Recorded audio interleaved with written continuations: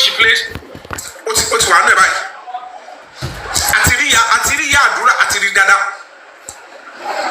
Baba Mbad, Atiri, clear picture who he is. And we have seen what is going on.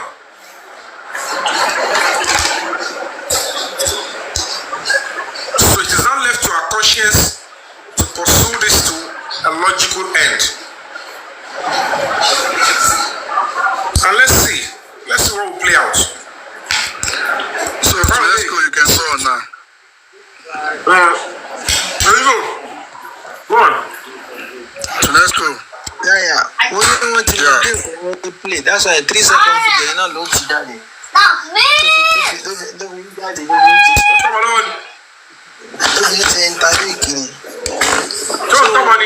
Ó dẹ̀ ti wò pé Tuesday ní nọ́ọ̀sì pọ̀ kò ń wá Monday dẹ̀ lé ìgbọ̀n òyìnbó ní nọ́ọ̀sì ọkàn fún Monday. Kò ní school àwọn olóòpàá ló lábẹ́ yìí báwo ni mo ní báyìí. Sandra. Tó ń ṣọmọ lọ́wọ́ náà wọ́n ń tọmọ lọ́wọ́ ìwé ló ṣe méjì. Àwọn ọmọ mi nìyá ẹ mo ti sẹ́gun wọ́n stop. Bàbá tètè máa là. Bàbá tètè sọ. Stop. Gbogbo tó bá ti ń jáde lórí tá a bá ṣe láìpù sílẹ̀ gbọ́dọ̀ wá yẹ̀ wò. What's gonna attend to them? We come back. So ó ti wò pé ó dà pé Monday Tuesday ní nọ́ọ̀sì olóòtú program rẹ̀ so ló fi ń lo second nurse pé ó dà pé kan wà pẹ̀lú àwọn káwọn lè pe Monday kéè tó bá jáde pé Monday ẹtú wo ti dé tún sọ yẹn náà ti dán tún àndẹ wọ́n ti gbé nọ́ọ̀sì Monday wọ́n ti inform wọn ní corona náà pé nọ́ọ̀sì wà ní Monday yẹn. Wọ́n ti máa wọ náà bọ̀ sẹ́ẹ̀. Ìgbé second nurse wà bọ̀. Ẹ̀wọ̀n tí wọ́n sì yẹn náà sọ ó ti fún wa ní clue kalẹ̀ ìgbé in case tó máa rí. Lọ́yà public ti rí gbogbo materials tó máa lò. Wọ́n dẹ̀ ti mọ̀ bọ́yìí máa jà fún ìgbà dẹ̀ sìn. So wọ́n ti rí gbogbo ẹ̀ and they know where to go. Àrà tó sọ ẹ̀jẹ̀ kọ́ ṣe gbogbo ilé ìtàn. Ẹ fún wọn ní gà. Mo sọ pé ẹ lọ recess. Ẹ má máa sọ̀rọ̀ Mohbad. A lè máa sọ báyìí. But technically we are on recess. By the time they round up, àwọn máa ṣe lọ lábẹ́ o. Irú letter to the president. Gbogbo àwọn yẹn máa lọ, àwọn kan mìíràn máa lọ tí a lè sọ lórí bíi. Ó sì yẹn, they saw they must not see us coming. Into wà bẹ́ẹ̀ nìyẹn. So ẹ fọkànbalẹ̀, ó máa bá wọn lójijì. Ẹ jẹ́ kọ́ máa ẹ bá dùn wọn bá máa ṣe kọ́ máa bá wọn sùn lórí social media kẹ́ máa rí báyìí. Kọ́ máa yáta ẹ fi wọ́n lẹ̀. Ó yẹ yín ẹ fi wọ́n lẹ̀. Táìmù wọ́n ṣe wòlímọ̀ ni. Wọ́n máa padà lọ ka Quran later. Ó sì yẹ yín so that's that one. Mr. Easy, you can unmute your mic.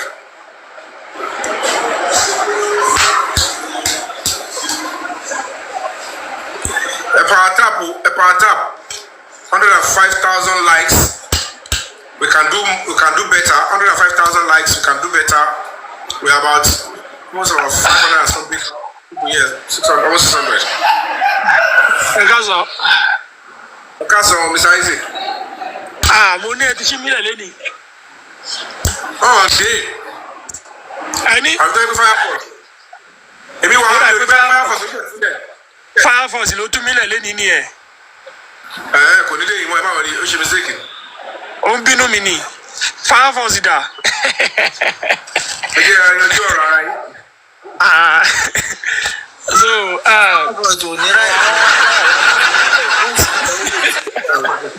kò ṣe nǹkan fún yín bóyá network yín ló ṣe bẹ́ẹ̀. mi ò kí ṣe network mi tí mo ti ń wá wọn kiri mo ti fẹ́ lọ sí àkáǹtì mi pé kí ló fi àdùn wọn. network yín ṣe bẹ́ẹ̀ bàbá kò èmi gan sì mi ò rí. because mi ò rí bí lọ gbogbo àwọn ibi tí mo ń lọ wọ́n ti block mi. Àtàná mo fi fóònù mi lẹ̀ ni mi ò lè wá sórí TikTok because mi ò rí bí lọ. Àwọn wèrè tí mo wò wọ́n ti block mi everywhere.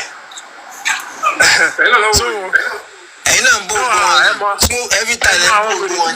Ẹ mọ àwọn wèrè tí mo sọ tó jẹ́ pé ìpè náà ṣẹ́ kiri lórí platform wọn èmi dẹ̀ lélẹ̀ mo jókòó tí wọ́n ni mo ń wọ ìpè yẹn náà fún wọn padà ní everywhere tí n bá lọ báyìí tó bá ti rí mi bẹ́ẹ̀ èpè ní. Wọ́n á ní ayọ̀ mi túlẹ̀ léyìí o wọ́n ní àjọ ń pín owó ni mo ní èèyàn tí mi ò mọ̀ rí èèyàn tí ò rí mi rí tọ́jú blọọkì mi lórí platform wọn ló ń pín owó pẹ̀lú ẹ̀ rí pé àwọn sá lórí gan. wọ́n kàn máa ń hun oríṣiríṣi ọ̀rọ̀ jọ wọ́n kàn hun gbogbo ẹ̀jọ́ láti fi wíkìn náà. èpè tó ń gbé kọfí ẹṣẹ́ lẹ́ni kì í ṣe pé kékeré lórí Papariano èpè dẹ̀ ti ń ja wúmà yẹn lóòótọ́ èpè ti ń ja wúmà yẹn wúmà yẹn ló da justice yẹn rú débi tó débi tá a wà lẹ́ni wúmà yẹn òun àti kíná porúkọ ẹ̀ àti búkì àwọn ló ba kíní yẹn jẹ́ débi tá a wà lẹ́ni àwọn ló gbé wọn dé. tí òye ògbẹ́ ni pé kò lè rí ká ní kò ṣe gbogbo ya family tó jẹ́ problem ni káàtì mọ̀ pé ara wọn ni sóti rùn we would not have this kind of I cannot be doing this for a family kò jẹ́ pé bẹ́ẹ̀ ni wọ́n ti máa rí problem ọtí gbogbo máa wà divided by ẹ̀ tètè fura ní pé they know what they are doing ẹ̀ tí you understand àwọn kan tí eléyìí is unusual àwọn tí iná ló dá òkú sílẹ̀ ilẹ̀ wọ́n rí báwọn kan kọ̀ jókòó àwọn wèrè kọ́kọ́ wà tó pé yàmàyàmà tó fẹ́ máa ṣe life wọn nìyẹn wọ́n lè take advantage ẹ̀ kò lè sí kò tẹ́ fẹ́ ṣe sí ọ̀rọ̀ yẹn public adájọ́ wàhálà báyìí tó máa kọrin bú àwọn public tó máa gbé public ṣe pé irú family wo ló ṣerú ẹ̀. family ẹ̀ tó wáyé nǹkan tí mo fẹ́ sọ fún àwọn public ni pé àgàgà Nigerians ẹ jọ̀ọ́ ẹ torí Ọlọ́run anybody tó bá ti mọ family méjèèjì yẹn family ọlọ́ba àti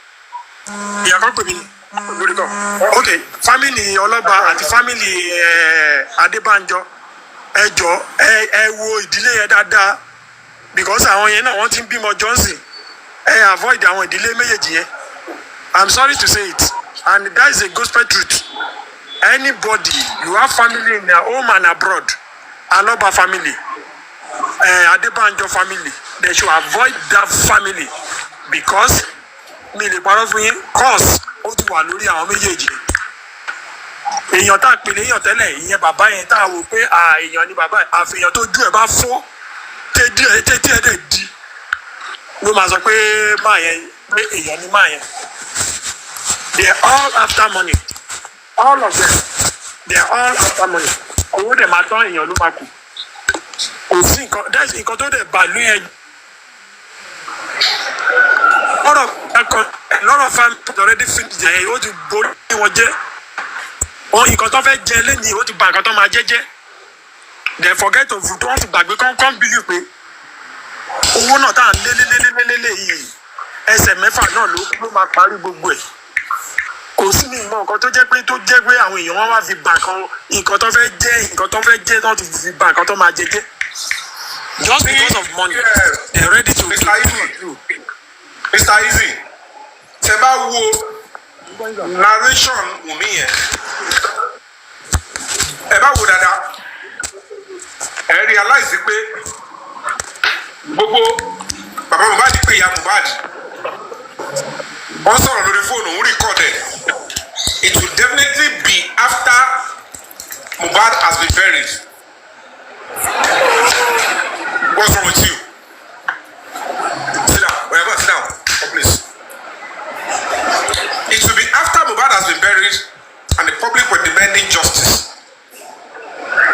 òun ni relationship yẹn ṣe lè wà tó fi jọ dúkù papọ̀ tó make a call bàbá rẹ̀ gbéra pẹ̀lú public I want justice. Mr. Yomi, ẹ káàsán, ẹ jọ̀ọ́ fún mi ní 1 second.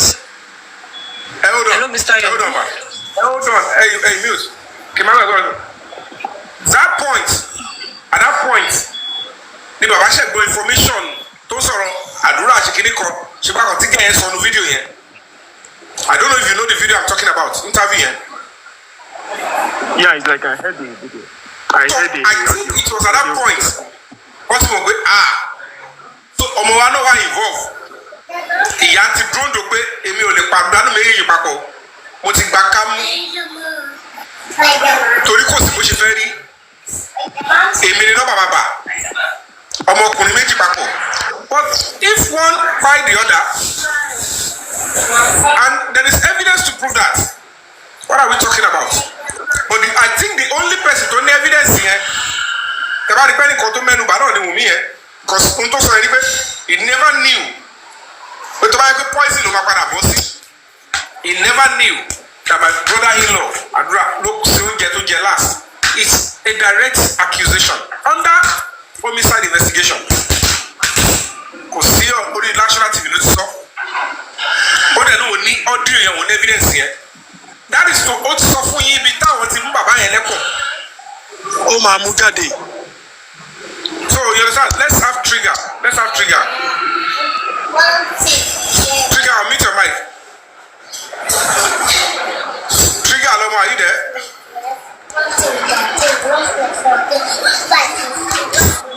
Mr. Yomi ẹ káàsán. Easy wàá bá òkú ọmọdé lé ní ò ní jèrè wàá fi owó ara ẹ báyìí wàá fi. So Àrí àwọn onífátà pupa nìyẹn ológun ni ó ti forí ara ẹ̀ gbé pè bó ṣe wà yẹn. ẹ ṣáàrí Ó ti forí gbé pè bó ṣe wà yẹn olórí burúkú ni. Ara wọn tá à ń sọ nìyẹn bọ́n ṣe wà yẹn ara àwọn fámìlì tó yẹ kọ́ máa ṣọ́ nìyẹn ní Nàìjíríà yẹn. Àwọn fámìlì burúkú tó jẹ́ pé èèyàn gbọ́dọ̀ yálé wọn ara wọn nìyẹn. So ṣe wà yẹn sí. For my own this thing, Mr. Yomi, bí mo ṣe wo gbogbo story yẹn, ó dàbí pé after the Mohbad passed on, ó dàbí pé gbogbo wọn according to bàbá náà, wọ́n ṣe meeting yẹn ò favour bàbá ni bàbá ló ṣe fall apart pẹ̀lú meeting wọn yẹn. Tó bá yẹ pé meeting yẹn ó favour bàbá, gbogbo nǹkan tá à ń sọ lé nìyí, kì í ṣe gbogbo nǹkan tá a máa sọ. Ó ti pọ̀ tẹ́lẹ̀. Bàbá fún yẹn bọ́ síta, wọ́n ní ohun tó jẹ́ káwọn bínú. Because wọ́n lọ ṣe meeting after meeting. Meeting after meeting àwọn ọ̀gá pé kí ló ṣẹlẹ̀? Ọ̀tọ̀ ni táwọn jọ sọ, ọ̀tọ̀ ni tẹ̀lé sí lọ ṣe meeting mi.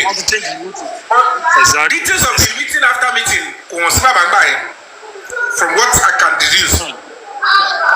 But he has been able to tell us his own mind because ohun tí gbogbo àmà wò ní pé any law enforcement officer tó wá fẹ́ ṣòótọ́ wọ́n ní pé bàbá from the word go ẹ̀dẹ́nulé tó bá yẹ pé ọmọ yín kú ní 4:30 tí wọ́n sọ ọkọ kú ní 5 o'clock báwo lè ṣe máa délé ní aago 8 Vicky thank you so much sáago 9 tó ti embalm òkú who asked them to embalm ẹ ti understand. Kí ló dé tẹ̀ ọ̀gbìn lọ mọ́túárì? The question is kí ló dé tẹ̀ lọ deposit ẹ̀ ní mọ́túárì? Ẹlẹ́ẹ̀kejì bẹ̀ ni pé ẹ̀bá ẹ̀jẹ̀ wọ́n ní nọ́ọ̀sì gun pa ẹ wá dé ẹ̀ fojú ara yín rí nọ́ọ̀sì yẹn. Why did you go and bury? If you are seeking justice, if you are not seeking justice or if you think you have accepted which baba ti ṣe fídíò tó wà nílẹ̀ pé àwọn ti wò ó pé àwọn gbà fọ́ lọ́hùn. Now that you came back to seek justice, ẹ wá padà tí public pariwo tó ṣe gbogbo ẹ̀ tí wọ́n bá gbogbo àwọn tó mú. Why are you now saying that ẹ fojú yín rí nurse tí nurse náà sọ pé òun ò rí yín rí? Ṣé ẹ lọ complain fọlọ́pàá ni? Because at this stage now, even kó jẹ́ pé public ló pariwo, the police will still expect that tó ní family tó ní ìyá tó ní bàbá tó lábúrò àwọn ló yẹ kó wá complain officially kó dẹ̀ gba statement wọn sílẹ̀. That is the way it should be done anywhere in the world, especially nígbà tí wọ́n máa béèrè pé níbo ni Mohbad ti public pariwo sí tó pariwo níbo ló kú sí. Ibi tó bá kú sí yẹn làwọn ọlọ́pàá fẹ́ lọ ṣe investigation lé lórí o. Tó bá sọ pé nulẹ̀ ló kú sí, ṣó possible kí ọlọ́pàá má béèrè lọ gbogbo àwọn tó wọnú ilé yẹn jọ yẹn pé ta ló wọnú ilé yẹn jọ yẹn ta ló lè sọ kí ló ṣẹlẹ̀. So now the question is this, even kó má jẹ́ pé bàbá ló kọ statement pé against the nurse, ṣèbí ìyàwó wà bẹ́ẹ̀ tó jẹ́ kó ti di ẹyọ kan. Ó kọ sílẹ̀ pé ó wá kiri kọjá the show. Mr. Yomi, ìyàwó yẹn ò wá justice from get-go even though àwọn group ẹ̀ tí n bá lọ sáàárín wọn sọ̀rọ̀ pé wọ́n fẹ́ justice fún Mohbad. There is clearly saying àwọn gúrùpù lẹ̀ ń sọ àwọn kò ní gúrùpù kọ̀ọ̀kan àwọn yẹn they never talk kàn about ṣe justice for Mohbad. They don't even want it. àwọn yẹn ò ṣe gúrùpù àwọn yẹn kàn ṣe wòlímọ̀ tí wọ́n ní. Those guys don't want justice at all. Àwọn yẹn ò ń ṣe gúrùpù àwọn yẹn ọkàn lójú wọn ní gbogbo nǹkan ọkàn ìwà bẹ́ẹ̀ they are báwo ṣe agent làwọn yẹn ẹ ti understand ọlọ́run lè jẹ́ ká rí agent gúrùpù pé kí ni kókó bẹ̀ ni pé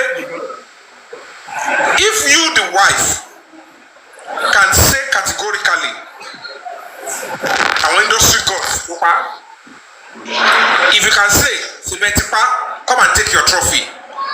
Anybody knows that she's not referring to that nurse. If she can come out and say, tó bá jẹ́ pé poison ló padà pa ọkọ òun, then bàbá ọkọ òun ló ṣe last meal, ẹ gbogbo àwọn ọ̀rọ̀ tó pọ̀ lóríṣiríṣi. Okay, wọ́n tún sọ̀rọ̀ ear infection. Nígbà tó tún yá, wọ́n tún jẹ́ kó yé wa pé ọlọ́run ọlọ́run Nàìjíríà. All these things. And the question of Taba Bere, are this what you told the police when you were invited, when the public cried out? Ìbìtìbìtì máa ti bá àwọn ọlọ́pàá mi létà nìyẹn. Ṣé ohun tí arábìnrin yìí kó complain tó sọ sínú ewu gangan ló sọ sínú statement? Ṣé pé o kọ́ bẹ̀ pé ikú tó yẹ kí Liam kú ni Mohbad gbà? Ṣé yẹn ló kọ sínú statement ni àwọn olówó apá yẹn? That means you know who are responsible for taking his life. To buy our industry gods. How? How did you know that it was the industry god? Who did they send? To buy us a okay, ear infection. Nothing like ear infection again. To buy us a question, you guys are crying. Come and take your trophy. The truth of the matter is this. Ẹ̀ẹ̀kan tó wà lóòótọ́ ọ̀rọ̀ lédi yẹn which we might not push away tó lè jẹ́ bí few percent bóyá bí 1% ni pé there was an intention from the industry gods or there is a particular order from the industry gods that they should eliminate Mohbad. Ó lè wá yẹn lè ti wà ńlẹ̀ o. Kó wá take kẹ́ni tó wá pa Mohbad nísinsìnyí ẹni tó pa tó fi kú yìí kó wá take advantage of that. Ẹ̀yin tí bá tiẹ̀ sọ pé ẹ̀yin lẹ pa ṣe lè bọ́tà sọ pé kò sí inú èrò ọkàn yín àbí ẹ̀ ní plan pẹ̀fẹ́ yanjú ẹ̀ tẹ́lẹ̀. And it could be that the person that eventually took life out of Mohbad followed the instruction of the industry gods. But ẹni tó yanjú ẹ̀ gọ́gọ́ yẹn came into that house to finish him up. And ẹni yẹn Wunmi yẹn ó fojú rí báyìí ó mọ̀. That is tí o bá ti ń ṣe òun ló pa Mohbad. Ẹni tó pa Mohbad yẹn ó mọ̀ ó rí and she choose not to tell us now. Because from all allegations tó ti print tó ti sọ social media ó ti hàn gédégbé pé ó mẹni tó nọṣẹ́ yẹn outside the nurse because she is even coming out to say tó bá jẹ́ nọ́ọ̀sì yẹn gan ni òun bóyá nọ́ọ̀sì yẹn wọ́n rán kó wá pọkọ òun ni àbí it was a mistake. But the nurse is not a musician, does not belong to the industry, so she can never be part of the industry gods. She might have worked for the industry gods. Ó lè jẹ́ gbà tí wọ́n jà tó ti ṣubú àwọn industry gods ló rán nọ́ọ̀sì tó wá parí iṣẹ́ or whatever it is. But that video, that 3 seconds video, will show the video because it's about 10 minutes. It will show from the fight tí wọ́n sọ títí tí wọ́n fi ń ro bọ́dì Mohbad jáde kúrò. Ibẹ̀ yẹn lè máa mọ̀ bóyá nọ́ọ̀sì yẹn o tí Lagos state government ti charge fún Mr. Nemo wọn ò ní padà charge ẹ̀ bẹ́tà. Ìjọ yẹn ló máa mọ̀ nǹkan tó ń pè ní pìtìpìtì ayé. Ìjọ yẹn ló máa mọ̀ pé Mohbad ti kọjú sóhun ó fẹ́ gbẹ̀san. Ìwọ tún obstruct justice òun.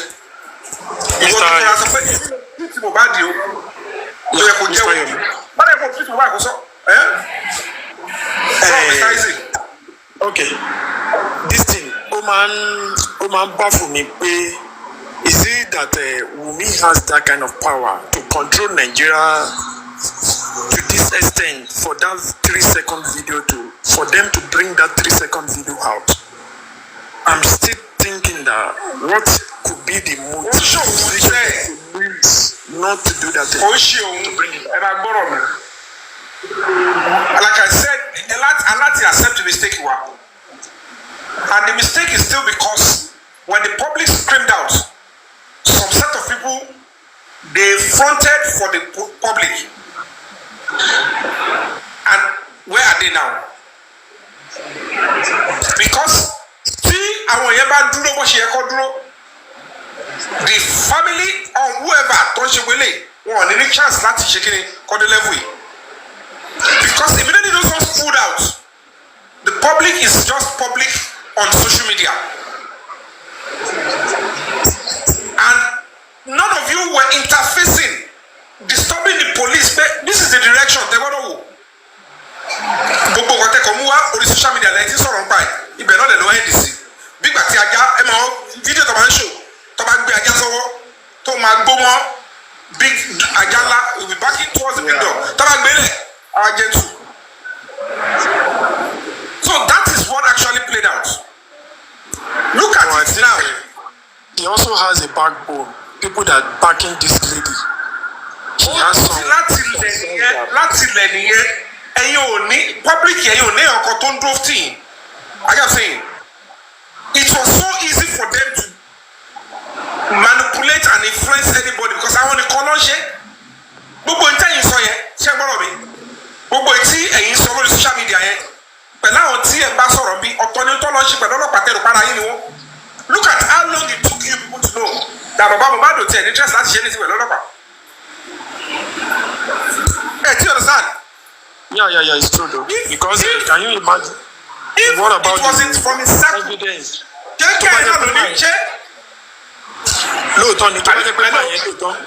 If say that man really want justice, what about the evidence that Bukky Jesse played? He said he give it to him. Why is he not acting in that evidence as well? That is where the question is. I understand about the that. The question is, arrest Damola, arrest Adura, arrest King White. What's the King White in Lossy Court? I am saying, now you, Baba, come to the Friday, Lossy King White in Lossy Court. Monday ni Baba Day.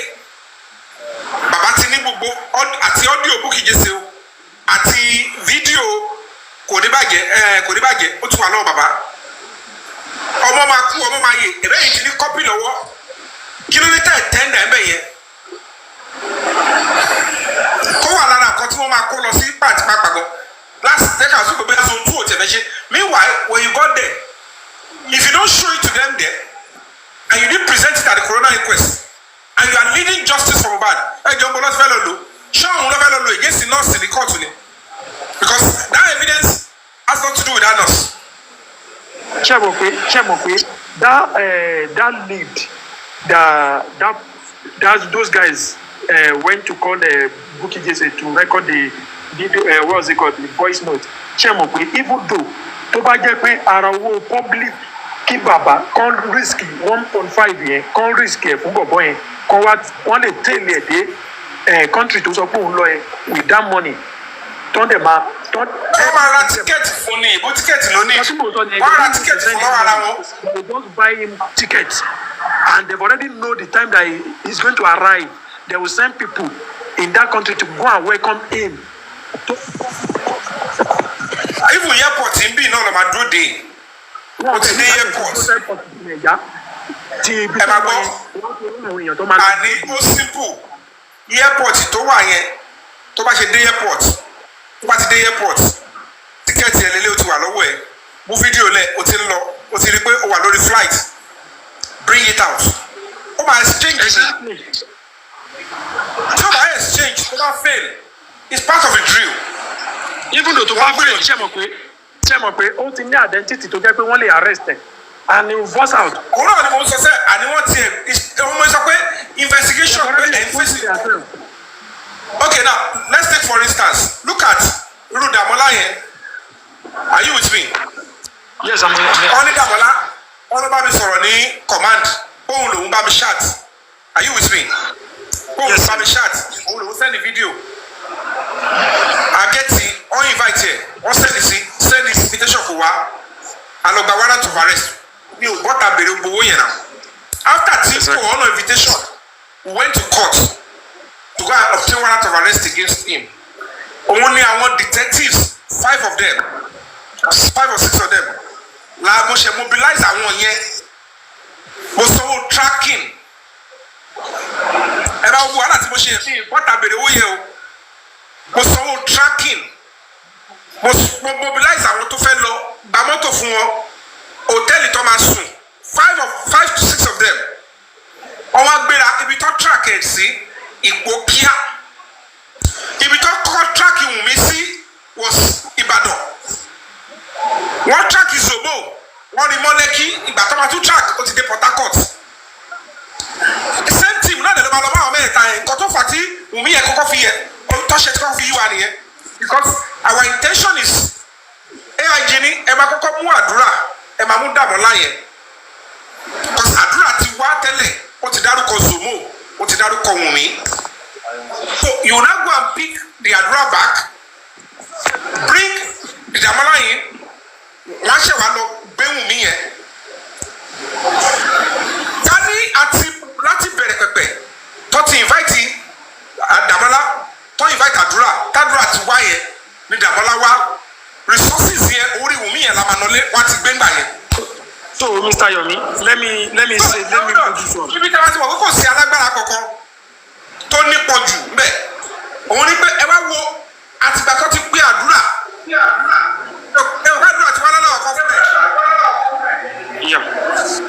When he came tí wọ́n sọ pé tí ìṣẹ́ wa lọ tó yẹ kó padà wá tí ò yọjú tó pé Wunmi tí ò yọjú tí mo ti lọ sí bọ́dà tí mo ti lọ gbọ́ ẹ̀ kò sí alágbára kankan tó wá sọ pé ẹ stop nǹkan tẹ̀ ṣe yẹn ọ̀ ẹ gbowó ẹ bá ṣe the AIG is hell bent saying ẹ pursue gone and they were still going after kó tó di pé ọwọ́ ṣe àwọn lọ́ọ̀yà Wunmi yẹn ṣe bẹ̀rẹ̀ sí kọ lẹ́tà kọ gbogbo ẹ̀ sọ bẹ̀rẹ̀ sí ṣoríṣiṣi tó àwọn yẹn ló bẹ̀rẹ̀ sí kọ lẹ́tà tó ń kọ gbogbo òyìnbó lọ sí ká máa lọ ṣe fundamental kìíní kan the lawyer Wunmi yẹn the case is in zone 2 party and she's not a kìíní kan they try to send so many they brought all the document to me.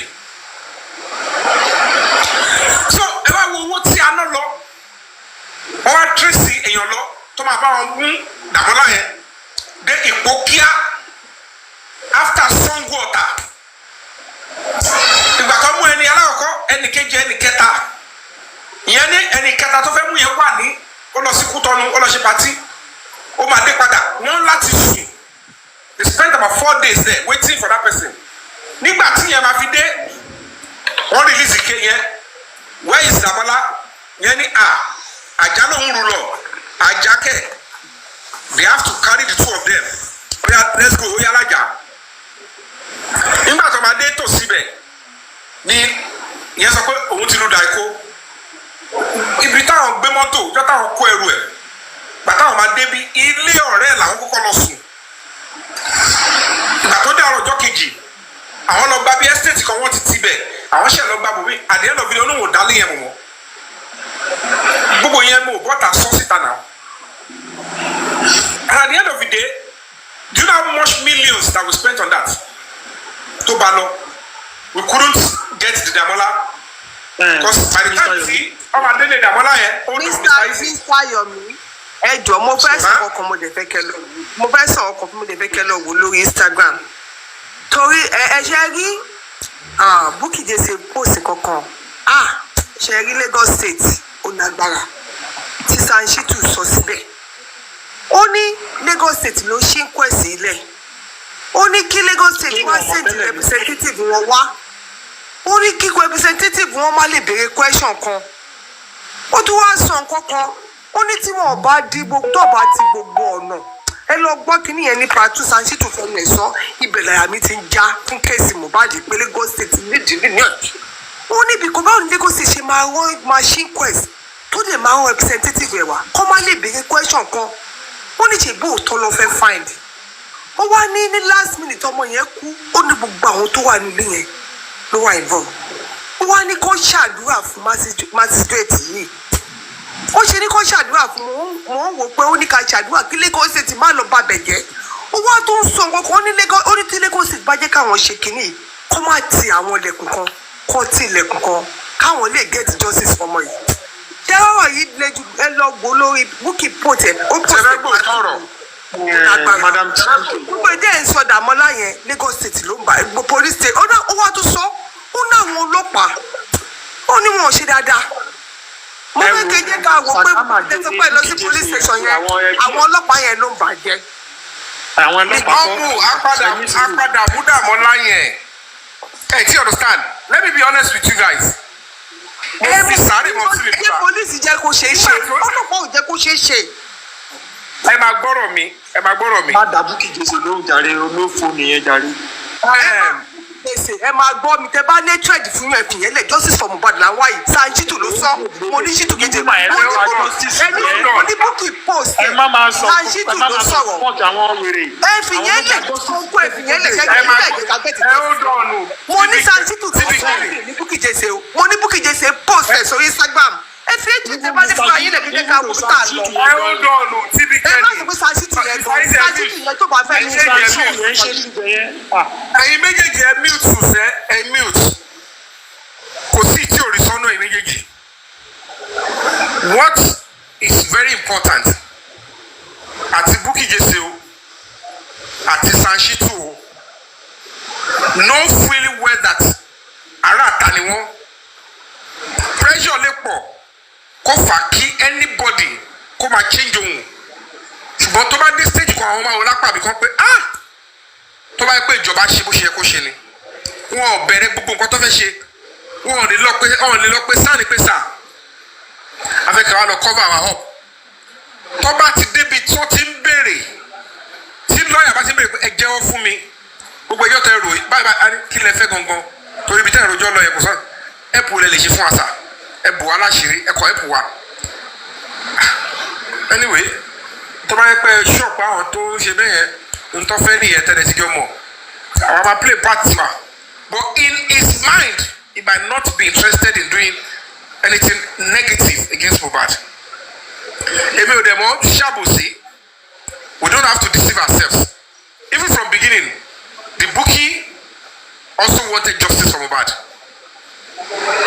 but only àwọn tó bá strong ló máa ń lè stand to the end tó bá rí pressure kò ṣe pé mi ò rí pressure kò ṣe pé mi wà lẹ́nu ẹ̀ báyìí mo fọ́ náà bá búra gbogbo ìtọ́ntò lẹ́yìn wọ́n ṣe exercise ni wọ́n máa kọ̀ fẹ́ mi lókìkí sí ni gbogbo ìtọ́ fẹ́ tó wá yẹn gbogbo ẹni máa tara bọ̀ fún wọn when I am ready gbogbo ìtọ́ntò lẹ́nilẹ̀ torí ntẹ́mi fẹ́ gbádùn gangan nìyẹn tájọ́ máa gbádùn ara wa dáadáa wàá lè mọ̀kàn tó ń pè ní àti kò sí tó máa ṣe mí by the special grace of God torí ẹni tó máa ròyìn ogun òní kú sójú ogun tó bá sọ fún mi pé ikú wà ń bẹ̀ pé kò sọ́nà ń bẹ̀ mọ́ ṣùgbọ́n eléyìí ọ̀nà wà ń bẹ̀ tó clear bí wèrè ìrìn ìdọ̀tí tí public tó ti gbé wa rìn pẹ̀lú rọ́tọ́pá yẹn òun ló jẹ́ gbogbo ẹ̀rú jú reason tí mo yẹ sọ fún yín pé kò sí ọwọ́ àwọn alágbára yẹn tààrà ń bẹ̀ ni pé as at the time tẹ́mi fi ṣiṣẹ́ lọ lábẹ́ yẹn gbogbo àwọn tí wọ́n ń lò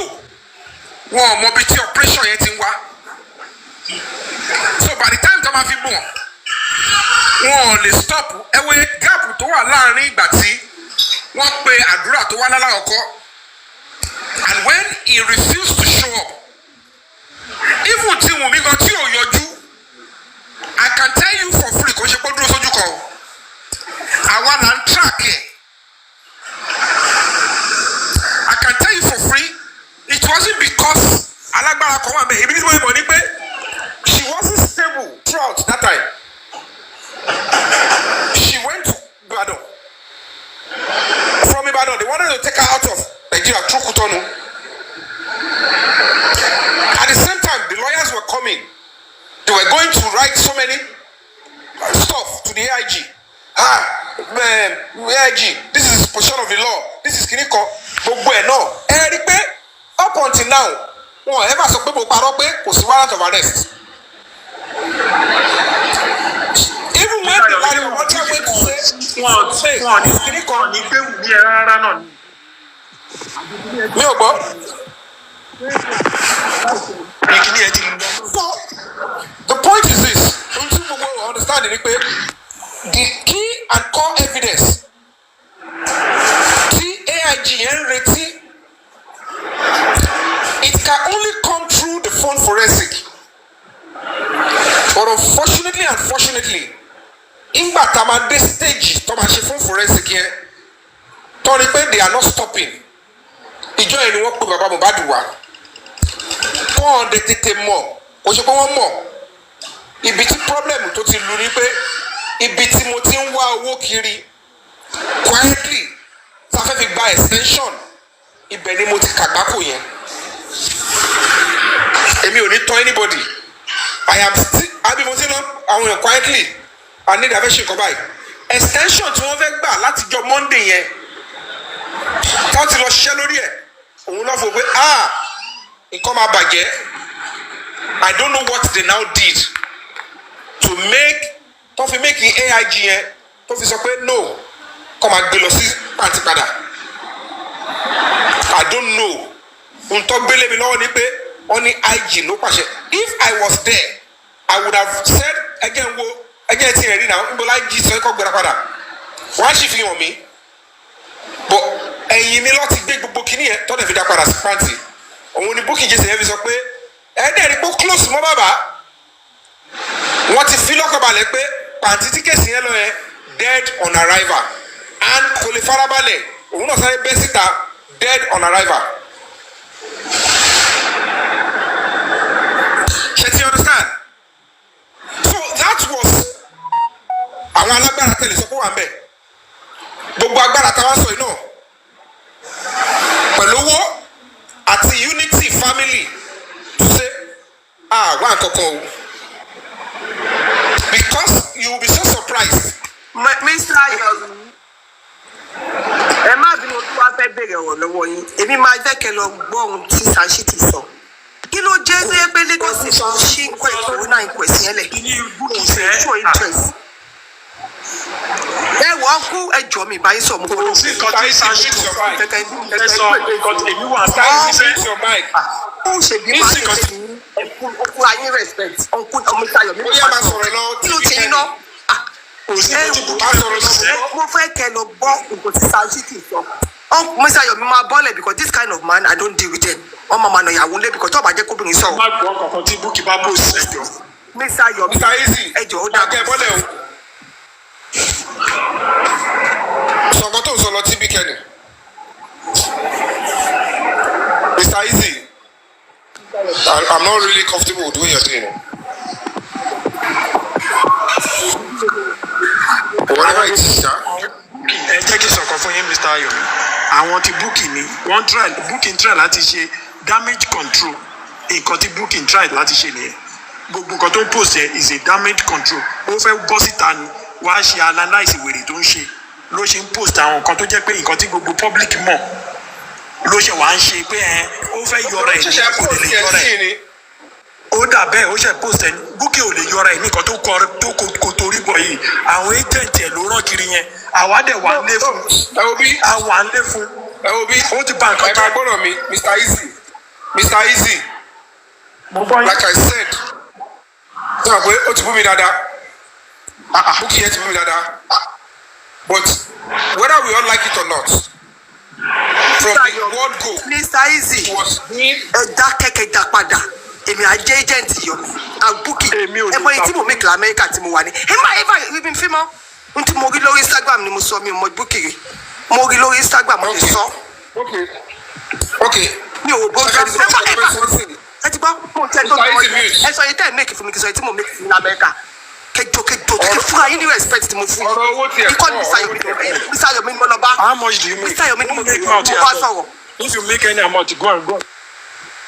ó ti ẹ̀yin méjì mi láì kẹtẹ́ ṣe ẹ má da platform irú àti sọ̀rọ̀ tó da látàrọ̀ typically if you want to make a submission but don't worry you said I should go and listen to something I will take my time to go and listen to them but n ti fẹ́ kẹ́ mọ̀ ní pé if the bookie wants to stand by the masses because kò ní ti torí ìdílé kan nítorí struggle kan kó bá gbórin àjọ ara ẹ̀ jẹ́ if she is willing to take a different turn anybody is welcome, because maybe not.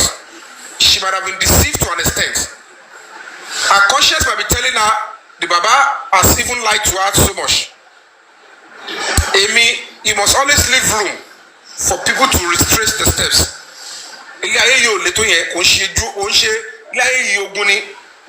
Simple. But whatever the case may be, what I'm going to be telling us, which is very clear, Lagos State government is not responsible for what by Mohbad.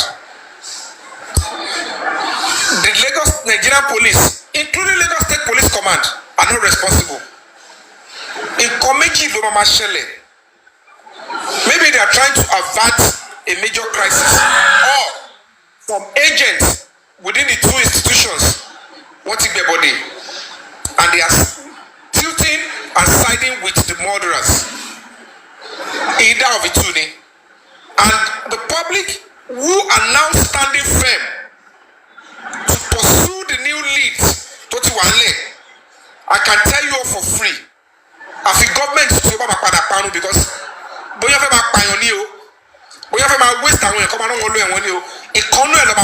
will have to deliver justice from bad. Because in 3 seconds video, extension oh my quit go at Nigerian police not the right like you know. The world will know that is what the Nigerian police are all made up of. It's very easy to ask them, where is the extension? So better not the Nigerian police you want to one need software to retrieve video here. 3 seconds video. Make it make sense. So Emma wanting justice for Mohbad. Ìrọ̀rùn ló bá dé. Ẹ má jẹ́ kọ́ lo gbogbo kíní kan disturbing kú kíní kan kú kọ́ ló bí i. Báwọn ẹni bí ṣe máa ń ṣe nìyẹn. Wọ́n á rò pé ẹja àwọn àkọ́kọ́ fi kọ́ bọ́ọ̀dì ká fi ṣàkárà àwọn èèyàn. Fáwọn tó rò pé they are like weaker vessels like them. Pẹ̀lú owó dọ̀tí àti yánpọnyánrin láti fojú ara rí. Ẹ wá fẹ́ kí òkú. No, ẹ lè fi tí kò bá ti wà o. So whatever it is, I can tell you for free, mo sọ bí tèmi bá dé. Ibi táwọn ọlọ́pàá ẹ̀ ṣiṣẹ́ dé, and before they corner me, what corner me here is because I was not there. Even if I was there, bọ́gbé lọ pàǹtí bọ́gbé lọ ṣe kíní kan, wọ́n sunkún sínú ni. As at that time, I am of the opinion, bọ́lọ́pàá ṣe yanjú tí wọ́n tọ́ bá dé kíní yẹn, ẹ jẹ́ kí trial yẹn bẹ̀rẹ̀. Ẹ jẹ́ kí corona parí sí, ẹ ní bó ṣe máa clear láti pursue títí wáyé. Because we rely on the law. Kódà àdẹ̀ni mú kékeré tó bá di time yẹn, and that time kò sí family tó máa divide wa mọ́. We the public will be standing firm. Gbogbo bó ṣe yẹ ká ṣe dúró, àmà ti ní NGO àti ní law public lawyer tí NGO máa gbélé pé this is a lawyer tá gbà fún public. Anybody tó bá ní any case àti engage lay. And it's something any justice fighter on any platform to get on Tiwa immediately will receive a complaint. I'll tell you something. The lawyers they will go and attend to that person. But case to court against the family, against the police, against Lagos State government. And why the justice? Kí á ní ìjọba máa yọra wọn kúrò, ọlọ́pàá máa yọra wọn kúrò pé ẹ lè kà á máa ọlọ́pàá kì í support murderer o. Even àwọn institution tó ń invite ọlọ́pàá Nàìjíríà wọn ní invite wọn mọ́. In the international community, tẹ́ ẹ̀ bá ti yanjú eléyìí kí la fẹ́ máa pè é fún. So they would distance themselves from these terrible criminals. Ìdílé kan ò ní wá padà kó gbogbo òlù sí àdánwò. So whoever it is, àwọn tó wà nílé yẹn àtẹnitọ́ cover sápò ara wọn fún change tó ti rí ni. They will never cover up for the constitution or for this country, because this country will never cover up murderers that way. Akore, that is on phone. I know you know alphabet, but that is on phone. Okay. All right. Okay. Don't talk about. All right. Thank you very much. About the Sanshitu, I want to make one submission here. Papariano, ó ti ń complain lórí máa yẹn for a very long time. Máa yẹn náà try láti yọra ẹ̀ lójú public nsìn because that man is only focused on nonce in that corona. He always say it on his corona, in that corona, when they interview him. He always say that let's focus on this nonce. It's only the nonce that Sanshitu is always focused on. Why is it now he's complaining about something, and Buki, the agent, is now posting